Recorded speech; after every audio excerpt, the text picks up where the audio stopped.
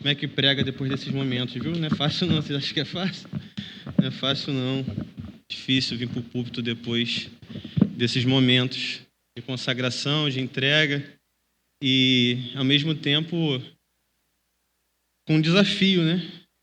De, mesmo diante de tantas palavras do Senhor para nós agora, ainda assim, ter a audácia de ter palavra também do Senhor através de mim nesse momento. Então, esteja em espírito de oração pela minha vida, viu? 1 Reis, capítulo 19, verso 1, diz assim a palavra do Senhor. Ora, Acabe contou a Jezabel tudo o que Elias tinha feito e como havia matado todos aqueles profetas à espada. Por isso, Jezabel mandou um mensageiro a Elias para dizer-lhe: que os deuses me castiguem com todo rigor, se amanhã, nesta hora, eu não fizer com a sua vida o que você fez com a vida deles. Verso 3. Elias teve medo e fugiu para salvar a vida. Em Berseba de Judá, ele deixou o seu servo e entrou no deserto caminhando um dia. Chegou a um pé de giesta, sentou-se debaixo dele e orou pedindo a morte, dizendo: já tive o bastante, Senhor. Tira a minha vida, não sou melhor do que os meus antepassados. Depois se deitou debaixo da árvore e dormiu. De repente, um anjo tocou nele e disse: levante-se e coma. Elias olhou ao redor e ali juntou a sua cabeça. Havia um pão assado sobre brasas quentes e um jarro de água. Ele comeu, bebeu e deitou-se de novo.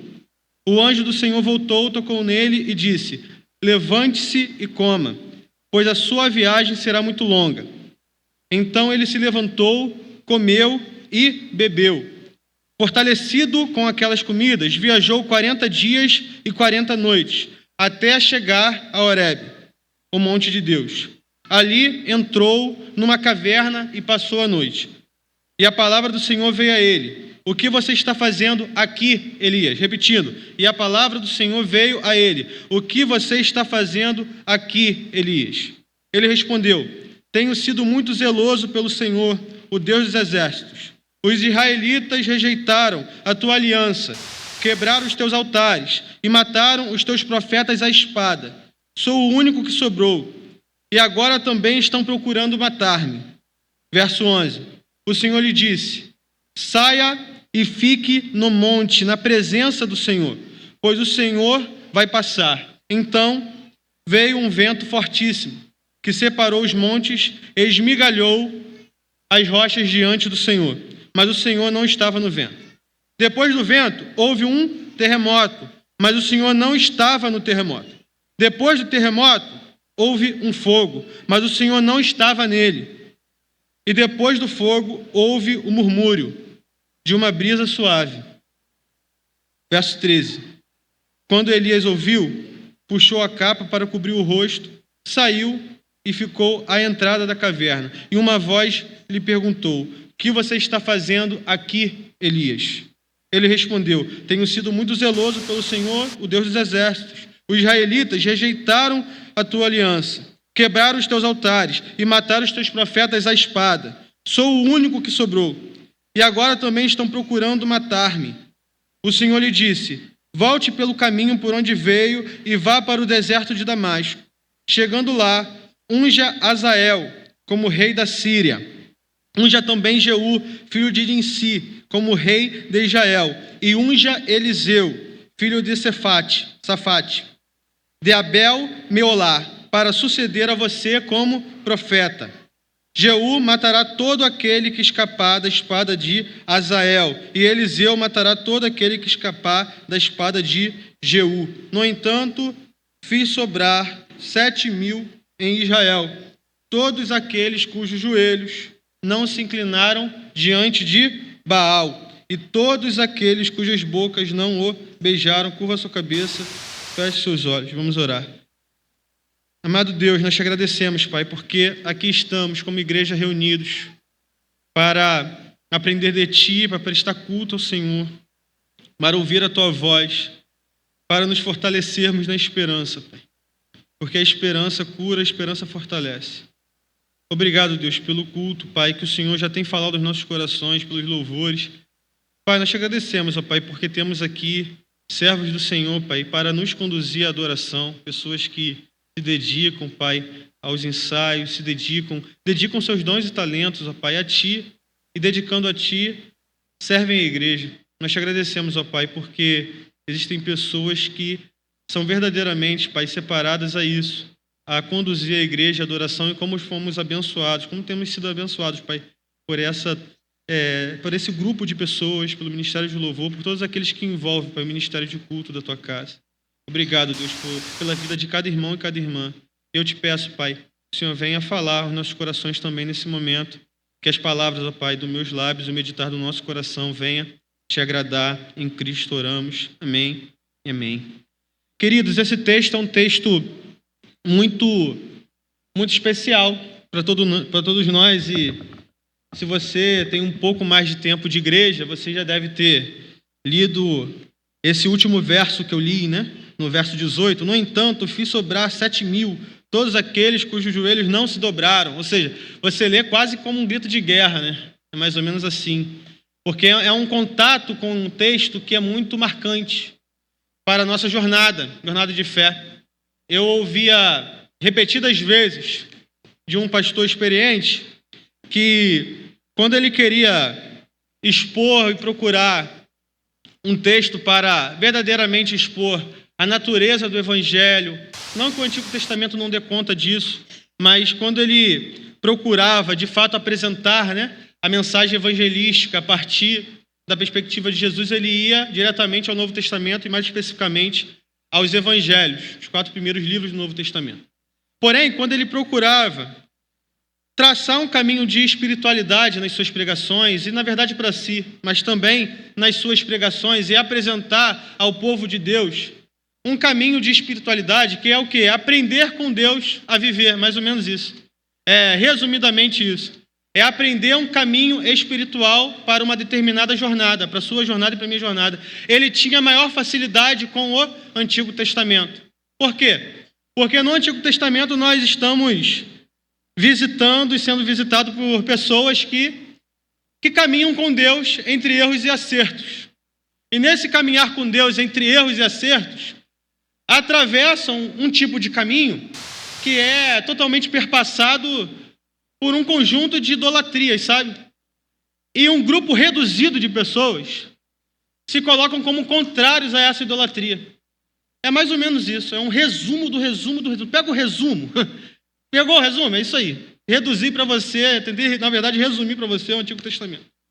É a idolatria, e dentre a idolatria, alguns servos ou servas que se levantam contrários a essa idolatria. E em boa parte dos casos, são servos e servas que em algum momento, talvez, erraram e com os seus erros eles aprenderam. Ou seja, isso é um caminho espiritual. O que eu quero dizer? O caminho espiritual não é não errar. O caminho espiritual é você, entre erros e acertos, entender qual é o caminho de Deus para você. E você traçar o caminho que você tem que traçar. E é mais ou menos isso que acontece com Elias. Se estivéssemos com tempo, né, e se eu aguentasse também, não é só com tempo, não, que às vezes as pessoas falam assim, o pastor, o pregador, a pessoa que vai pregar, o irmão, ele prega há muito tempo. Rapaz, tem muita disposição para ficar no púlpito mais de 1 hora. Eu já fiz essas doideiras, hoje em dia eu não gosto de fazer mais não. Até porque, creio eu, que passando 40 minutos você não aguenta mais me ouvir. Minha voz já não é tão bonita assim, então você já está doido para fechar a Bíblia e ir embora. Só que se pudéssemos, se fosse plausível, e na verdade se fosse até mesmo, né, bem quisto para o momento, seria o tipo de sermão que ficaríamos aqui mais de 2 horas conversando. Não somente um monólogo como foi agora. Monólogo é isso, é um discurso inteiro de alguém. No caso, a Bia apresentou aqui um monólogo. Entende? Eu, na verdade, nem teria aqui um monólogo, não uma pregação, um sermão, uma homilia, como é dito na Igreja Católica. Mas seria uma conversa mesmo.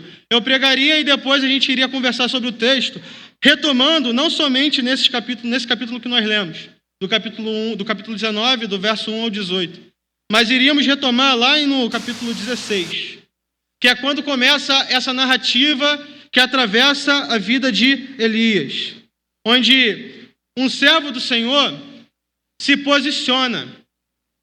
E ele se posiciona e logo nos chama a atenção a fidelidade de Elias. Porque ele diz, olha, eu sou o único, não é? Você leu aqui. Sou o único. Em detrimento de quantos? 450 que se dobraram a Baal. Numa perspectiva onde se entendia que Baal era o Deus que controlava a chuva, controlava a fertilidade de uma madre, controlava a fertilidade agrícola. Ou seja, existiam aqueles que se dobravam a Baal, esperando ter de Baal fertilidade do povo, esperando ter de Baal o controle dos seres da natureza, esperando ter de Baal o controle da vida. E eles adoravam a Baal por causa disso. E Elias se coloca como o único que não adora Baal. Tem 450 de um lado, ele é o único que não adora.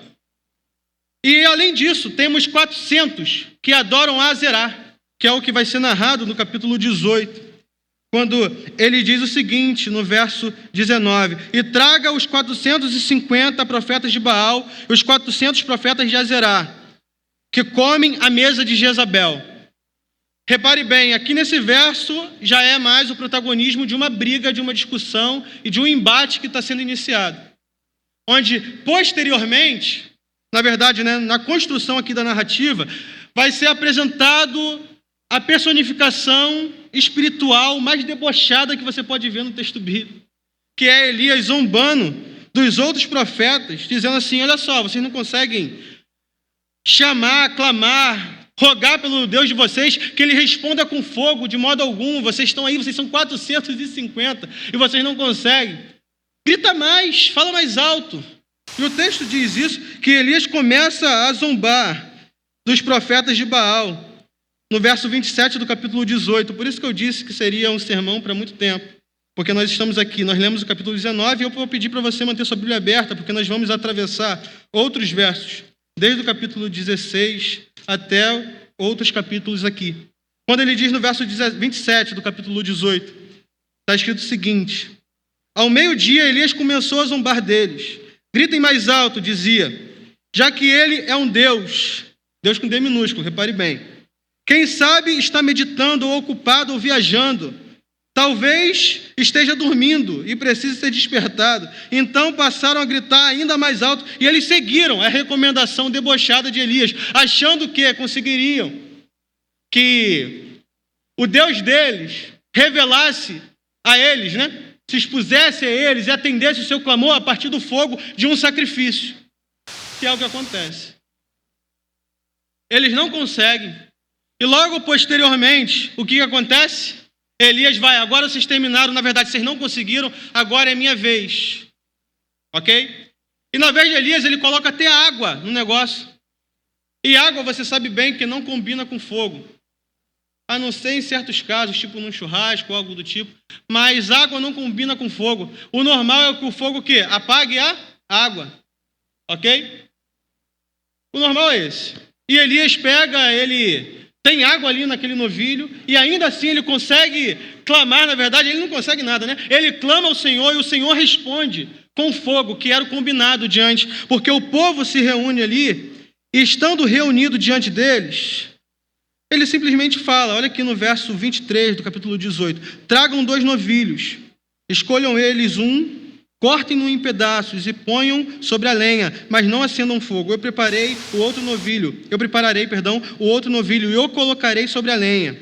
E também não acenderei fogo nela. Então vocês invocarão o nome do Senhor e eu invocarei o nome do Senhor. Quer dizer, invocarão o nome do seu Deus e eu invocarei o nome do Senhor com S maiúsculo.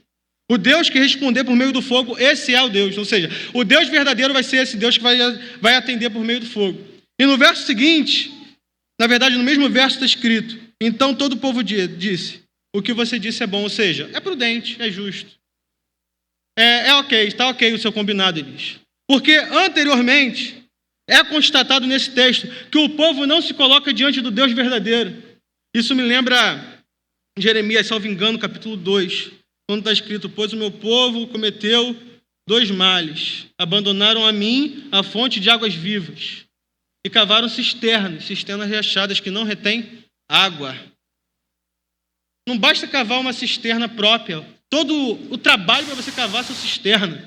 Você tem que cavar uma cisterna procurar uma cisterna rachada, que não vai conter nenhum tipo de água ali, que não vai ter nenhum tipo de utilidade.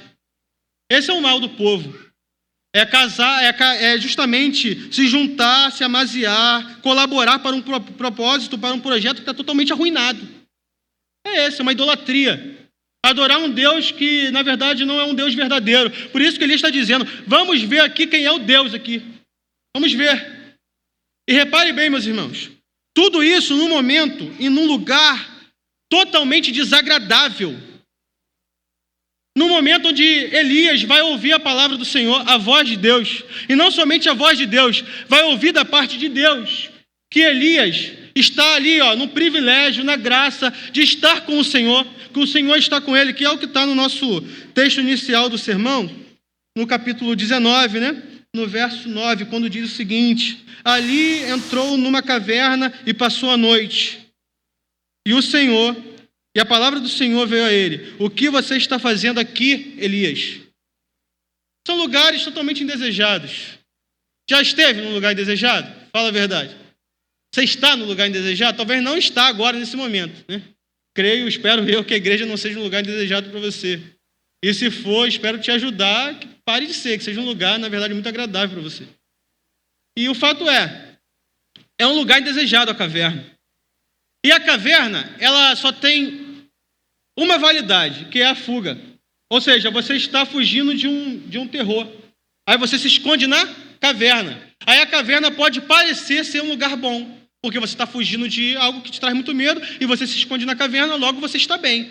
Só que precisar estar na caverna é ruim, logo não faz sentido algum dizer que a caverna é um lugar bom. Porque ela é um lugar bom de maneira, assim, hipotética. Ela é bom porque você está fugindo de algo, e fugir de algo não é bom. Consegue entender? É mais ou menos isso. É dessa forma. Elias está numa caverna. E estando na caverna, num lugar totalmente indesejado, desagradável, é ali que ele percebe, sente, ouve a voz do Senhor e sabe da presença do Senhor nele, na vida dele, nesta caverna. Meus irmãos, que é totalmente desproporcional com a ideia que nós ouvimos, infelizmente, no cenário brasileiro, no todo o cenário evangelical brasileiro, de um Deus que é totalmente triunfalista. Que, ou melhor, oferece para mim e para você um propósito de vida e um projeto de vida que sempre vai dar certo, nunca vai dar errado. E o que eu mais fico por conta, que muitas vezes essa tradição religiosa é atravessada por uma tradição que é totalmente ligada a aspectos judaicos no culto. Você vai nessas igrejas, você vê totalmente a estética do templo, do altar, totalmente ligada ao judaísmo. Só que se eles fossem verdadeiramente fiéis ao que leem, perceberiam que ainda no judaísmo, na instauração da religião de Israel, nós temos personagens como Elias, que sofre, que diz que está vivendo uma caverna, literalmente, e na sua própria alma, a sua angústia. Por quê? Porque tem lugares que representam para você a própria caverna, a caverna física ali, que você tem que se esconder, sabe?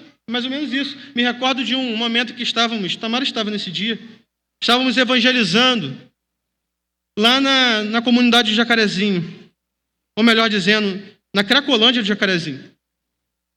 Era o Tempos de Paz, projeto missionário da JBC, e o ano era o ano de 2023, no tempo que servi na JBC. E lá estávamos evangelizando, e simplesmente veio um rapaz que tinha acabado de furtar, de assaltar, melhor dizendo, uma moto, e ele estava fugindo dos policiais, e os policiais correndo atrás dele. Por sinal, era uma mulher, e eu fiquei assim, rapaz aí, mais braba que os outros policiais. Eu fiquei assim, rapaz. E ela correndo atrás do camarada e tal, aí não conseguiu pegar, e o camarada jogou a moto lá e meteu o pé, fugiu. E a gente sem saber o que fazer antes disso, olhando já aquele movimento de perseguição, entramos para um lugar ali, para um esconderijo. E graças a Deus, por providência divina, estávamos parados ali cantando, entregando pão, suco, café com leite para as pessoas, e tinha um lugar propício a nos escondermos. Nos escondemos ali. Ali era um tipo de caverna física, um lugar para a gente se esconder. E logo depois, um amigo nosso foi falar com o policial e tudo mais, ele falou, nós não atiramos que você estava ali. Ou seja, até mesmo alguma possibilidade de esperança de vida para aquela pessoa que estava ali fazendo algo errado, rever os seus caminhos, ele teve uma nova chance, Porque policiais viram de longe um grupo de mais ou menos 40 jovens com camisa amarela escrito Jesus transforma. Aí eles não atiraram. E aquele rapaz, aquele jovem, teve a oportunidade de talvez mudar a sua vida depois daquele momento. Espero eu que tenha feito. Não tenho contato, não tenho notícia, não sei de nada. Mas espero eu que aquilo ali tenha sido uma mensagem para aquele coração. Mas ali era uma caverna física, entende? É uma caverna. É um lugar de medo, de pavor, mas é um esconderijo. E existem lugares de medo, de pavor, que não são físicos. Não são construídos com tijolos, não tem argamassa, não tem nenhum tipo de dinheiro para ser construído, não envolve nenhum tipo de trabalho braçal. São angústias da alma. São angústias que afetam o nosso dia a dia, que pesam a nossa jornada, que de algum modo faz com que você pense que a sua vida é inválida. Você perde a esperança. É um lugar indesejado. E a resposta que Elias nos dá, com a sua trajetória, com a sua devoção, com a sua entrega, é que verdadeiramente, meu irmão e minha irmã, existem sim lugares indesejados. Mas nesses lugares indesejados, nessas cavernas, nós temos o privilégio de nos encontrarmos e termos um grande encontro, que não é um encontro que nos oferece dinheiro, não é o primeiro encontro com o futuro namorado, futura namorada, não é um encontro, sabe, de um lugar onde você vai alcançar um certo prestígio profissional. Não é nada disso. É um outro tipo de encontro. Mas ainda assim, nessa narrativa, nós percebemos o melhor tipo de encontro, que a partir do momento do caos, do desespero, da desesperança, você se encontra com a verdadeira esperança. É sair do lugar indesejado, ou melhor dizendo, estando no lugar indesejado, adentrar as portas da esperança, que é o que acontece com Elias. Repare bem, por favor, o verso 9. Deixa eu ler novamente com você. E a palavra do Senhor veio a ele dizendo: o que você está fazendo aqui, Elias? Meu irmão, eu preciso te afirmar que muitas vezes a aparente ausência do Senhor, a ausência da presença de Deus, pode ser, na verdade, a verdadeira presença. Às vezes nós pensamos que o lugar do desespero, o lugar do medo é o distanciamento da presença de Deus. Às vezes nós pensamos que os momentos ruins da vida simbolizam, e na verdade é como se fosse uma equação matemática dizendo sim, momento ruim, medo, desespero, igual distância de Deus. Negativo, não é assim. Não funciona dessa forma. Muitas vezes a aparente ausência pode ser uma verdadeira presença. Às vezes você está condicionado a situações caóticas. E de alguma forma muito clara você imagina estar vivendo uma total rebeldia sua diante de Deus, ou pior, um afastamento de Deus, um abandono de Deus da sua vida. Você pensa que Deus te abandonou e que Ele não está nem um pouco preocupado com você. São nesses momentos que você olha para esses textos como esse, onde Elias diz, na verdade, onde o Senhor diz a Elias: o que você está fazendo aqui, Elias? Que esse aqui simboliza, na verdade, significa que Deus está com Elias na caverna. Que você adora um Deus, que eu adoro um Deus, nós adoramos a um Deus que adentra as portas da caverna para estar conosco na caverna, que não te chama para fora da caverna. Ele pode até te tirar da caverna, mas antes disso ele entra na caverna com você. Ele não está preocupado com a condição em que você está. Se a caverna ela é física, existencial, emocional, ele não está assim, olha só, eu vou esperar ele sair daquele lugar para tratá-lo de uma devida maneira, para tratar aquele coração negativo. Ele adentra as portas da caverna para ter com você, para cuidar de você, para te amar. E para dizer para você, como diz aqui para Elias, olha só, a palavra do Senhor veio dizendo: o que você está fazendo aqui, Júnior, na sua caverna? Eu estou com você, Júnior, aqui na sua caverna. O que você está fazendo aqui, Elias? É uma afronta. Esse versículo, essa pergunta de Deus revelada aqui, é uma afronta para um pensamento bíblico teológico que pensa que a presença de Deus só se manifesta a partir do triunfalismo, da teologia da prosperidade, quando tudo está tudo bem. Não, não é dessa forma. Não é dessa forma. Também não sou simpatizante daquela ideia de que devemos estar nos momentos ruins para ouvir a voz de Deus. Também não sou simpatizante disso. Você pode sim, na alegria, no riso, até mesmo em algumas zoeiras, quando essas zoeiras não se tornam maledicentes, perceber a presença do Senhor. Você pode sentir a presença de Deus na amizade verdadeira, porque o reino de Deus se manifesta na amizade, é ou não é? Já não os chamo servos, disse Jesus, os chamo amigos. Isso é uma frase muito especial para mim. O reino de Deus é um reino de amigos. Porque o reino de Deus se manifesta na amizade. Ou seja, você pode sim perceber a presença de Deus na amizade, na alegria, no contentamento, mas não encare a presença de Deus na amizade, na alegria, no contentamento, como sendo um oposto à presença de Deus. Quando está tudo muito ruim, quando está tudo horroroso, quando está tudo pavoroso e desastroso. Não encare dessa forma.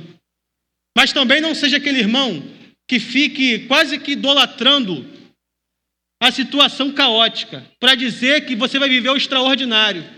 Entende? Tem gente que diz assim, olha só, eu quero ver o milagre. Eu quero sentir a presença. Eu quero viver o extraordinário. Como se viver o extraordinário significasse unicamente passar por situações caóticas. Eu não gosto de passar por situações caóticas. Eu não gosto. Se você, para viver o extraordinário, meu irmão, você quer viver situações caóticas, que Deus te abençoe. Eu prefiro não viver o caos e sentir alegria, contentamento, a presença de Deus, tão somente nos momentos bons. Eu preferia, mas Deus não me pergunta o que eu prefiro. A questão é, seja no momento bom, seja no momento ruim, a presença de Deus ali está.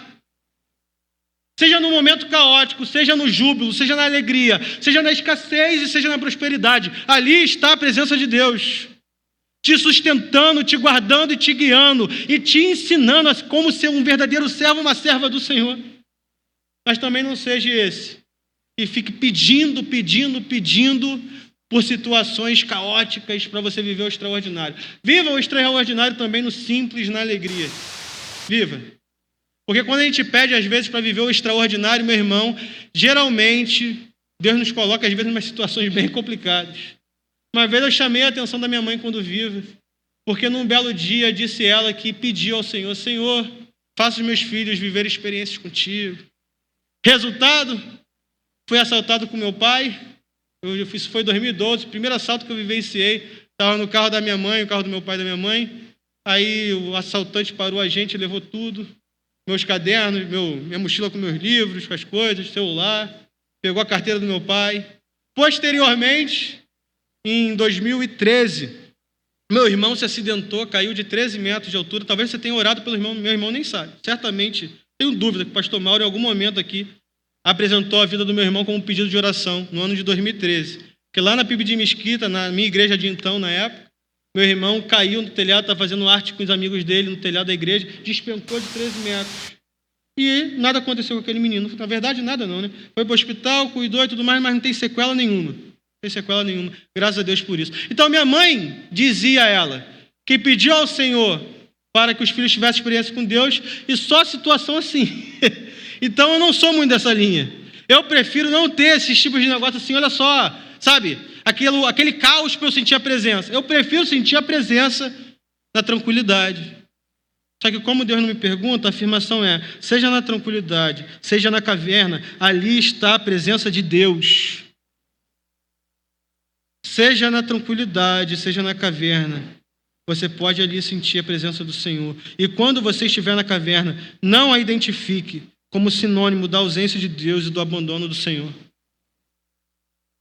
Porque o próprio Deus em Cristo, no dia que não belo, eu ia falar num belo dia, mas num dia que não belo, ele disse, Senhor, se possível for, tira esse cálice de mim. O próprio Deus em Cristo, Filho revelado, o rosto humano de Deus.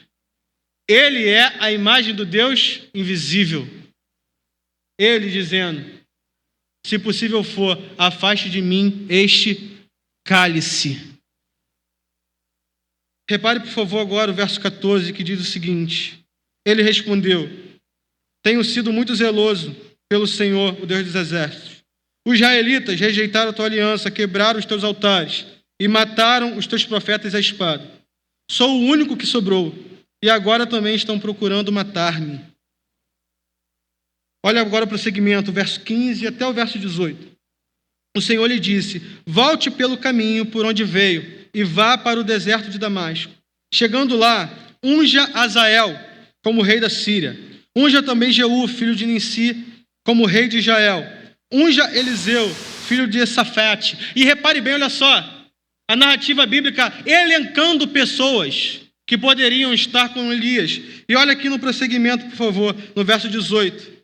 No entanto, fiz sobrar 7.000 em Israel, todos aqueles cujos joelhos não se inclinaram diante de Baal, e todos aqueles cujas bocas não o beijaram. Meu irmão, Elias diz que está sozinho. Elias, desesperado, agoniado, ouve do Senhor: o que você está fazendo aqui? Como quem diz: estou aqui na caverna com você. Logo depois ele diz: olha só, procure fulano de tal, esteja com fulano de tal e unja. Olha aqui, ó, unja também Jeú, filho de Ninsi, unja Eliseu. E no final, no verso 18, ainda tem 7.000. Ainda tem esses que não se dobraram. Meus irmãos, a partir da certeza de que mesmo diante da aparente ausência, Deus pode sim se revelar a nós como verdadeira presença. Eu quero te dizer também o seguinte: Deus sempre nos renova, meus irmãos. Deus sempre nos renova. E digo mais, Ele sempre nos renova usando pessoas. Olhe para um lado, olhe para o outro. Tem o filho de fulano de tal. Olha lá, tem Eliseu, tem Jeú. Tem 7.000. Muitas vezes nós tampamos os nossos olhos e simplesmente fechamos nossos olhos e achamos que estamos sozinhos na caminhada. E deixa eu te dizer, muitas vezes tem pessoas passando pela mesma coisa que você está passando. Pessoas com o mesmo desespero que você. Ou você acha que é a única mãe que ora por filho aqui. Ah, sim, você acha. Tem um grupo aqui de mulheres, você sabe bem, que ora aqui pelos filhos. E eu gosto muito daquela frase: ninguém ora por um filho como uma mãe. É ou não é? Meus irmãos, quantas vezes... Se você perguntar para as mulheres que participam, para as mães que participam dessa atividade, Desperta Débora, quantas vezes os pedidos são praticamente iguais? Não é? Ah, meu filho está passando por isso. Ah, meu filho está passando por aquilo. Ah, meu também. Os pedidos são praticamente iguais, porque na igreja nós encontramos essas pessoas que são atravessadas pelos mesmos problemas que nós. É isso. Eu ouvi aqui, nesse púlpito, o pastor João Emílio pregando, foi meu professor do seminário, pregando aqui na Associação Meritiense, dizendo: meus irmãos, ele falou o seguinte: meus irmãos, eu tenho feito exercício de, ao pregar para a minha igreja, olhar para a minha família. O que ele quis dizer com isso? Porque ele olha para a família dele e ele olha para os irmãos, e ele vê que a família dele, ele passa pelas mesmas coisas que os irmãos passam. Todo mundo passa. Ah, o Júnior está ali pregando, mas passo pelo mesmo caos que você. Pode ficar tranquilo, te dou essa segurança. Deus não está distante de você porque você está vivendo uma situação complicada. Ele não está. Deus não te abandonou. Não te abandonou. Porque aqui nesse mesmo texto, ou melhor dizendo, nesse mesmo livro, no capítulo 17, é narrado a viúva que cuida de um filho e que está ali, Elias com ela. E no final da argumentação, ela vai dizer: hoje eu vejo que você é homem de Deus. Elias, homem de Deus. No verso 24 aqui do capítulo 17. Então a mulher disse a Elias: agora eu sei que tu és um homem de Deus e que a palavra do Senhor vinda da sua boca é verdade. Meus irmãos, um homem de Deus que sofre, depressivo, que pede para morrer. Esse é Elias, o homem de Deus. Ou você acha que é o único que passa pelos caos da vida? Elias está sendo aqui declarado como homem de Deus. No verso 19, no capítulo 19, ele pede para partir. Porque a palavra dele, o que ele prega, não é simpático aos ouvidos. Jezabel tem um plano para matá-lo. Ele pede para ir. E Deus está com ele na caverna. Meus irmãos, Deus sempre nos renova. Elias olha para um lado, você tem fulano de tal para ungir. Elias olha para o outro. Você tem ali Eliseu. Você tem ali, você tem tantos. Você tem 7.000. Meus irmãos, a igreja é essa comunidade aqui dos 7.000 aqui. Olha os 7.000 aqui. Júnior, tem 7.000 aqui matematicamente? Não, não tem. Mas somos os 7.000. Porque você está desesperado, você está totalmente triste, agoniado, angustiado. Você chega aqui, você encontra o que vale de 7.000. São 7.000 abraços. São 7.000 palavras de esperança. É isso. Se a igreja não for esse lugar onde nós encontramos 7.000, nós perdemos o caminho, meus irmãos.